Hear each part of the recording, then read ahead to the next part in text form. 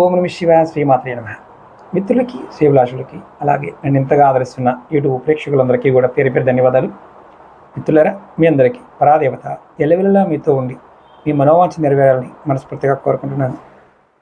ఇప్పుడు ఈ వీడియోలో కోరిన కోరికలు తీరాలంటే ఏ మాసంలో ఏ అభిషేకం పరమేశ్వరుడికి చేయాలి చెప్తాను. ఇది షార్ట్ వీడియో. అలాగే మీకు ఈ వీడియో నచ్చినట్లయితే లైక్ చేయండి, ఛానల్ని సబ్స్క్రైబ్ చేసుకోండి, పక్కనే ఉన్న గంట సింబల్ని యాక్టివేట్ చేసుకొని ఈ వీడియోని 10 మంది మిత్రులకి షేర్ చేయండి. రెగ్యులర్గా టచ్లో ఉండాలనుకునే వారికి వీడియో డిస్క్రిప్షన్లో వాట్సాప్ గ్రూప్ లింక్ ఇచ్చాను. దానిలో కూడా యూట్యూబ్లో పెట్టిన వీడియోని షేర్ చేస్తూ ఉంటాను. అలాగే ఫేస్బుక్ లింక్ కూడా ఇచ్చాను, దానిలో కూడా వీడియోలు షేర్ చేస్తూ ఉంటాను. మనకి ఇంకా రెగ్యులర్గా సమస్యలు ఉండి వాటికి పరిష్కారాలు, జాతక పరిశీలన చేయించుకోవాలనుకునే వారికి వీడియో డిస్క్రిప్షన్లో నెంబర్ ఇవ్వడం జరిగింది. 9440593655 ఈ నెంబర్కి కాంటాక్ట్ చేసుకోవడం, మీరు అపాయింట్మెంట్ తీసుకోవచ్చు. ఇప్పుడు మనం కార్తీక మాసం నుంచి మొదలు పెడతాను, తర్వాత మిగతా మాసాలు చెప్తాను. నడుస్తుంది కార్తీక మాసం కాబట్టి. కార్తీక మాసంలో మీ కోరికలు తీరడం కోసం దీపాలతో శివుడిని అలంకరించాలి.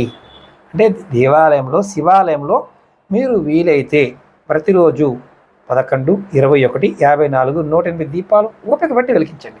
స్వామివారికి అలంకరణగా మీకు కోరికలు తీరుతాయి. అలాగే మార్గశిర మాసంలో నెయ్యితోనూ అభిషేకం చేసుకోవచ్చు.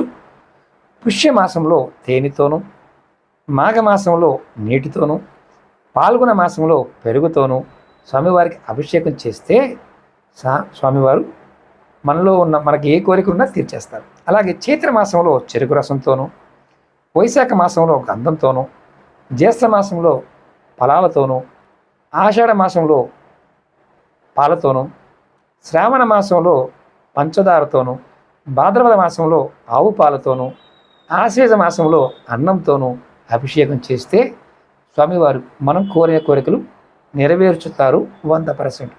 ప్రయత్నపూర్వకంగా ఈ కార్తీక మాసం నుంచి మొదలుపెట్టండి. ప్రతి మాసంలో స్వామివారిని అభిషేకించండి. మీ ఇంటి దగ్గర ఉన్న శివలింగానికైనా, దేవాలయంలో శివలింగానికైనా ఖచ్చితంగా చేయండి. మీ మనోవాంఛలన్నీ 100% నెరవేరుతాయి. అలాగే మీకు ఈ వీడియో నచ్చినట్లయితే లైక్ చేసి 10 మంది మిత్రులకి ఈ వీడియోని షేర్ చేయండి. ఓం నమః శివాయ, శ్రీమాత్రే నమః.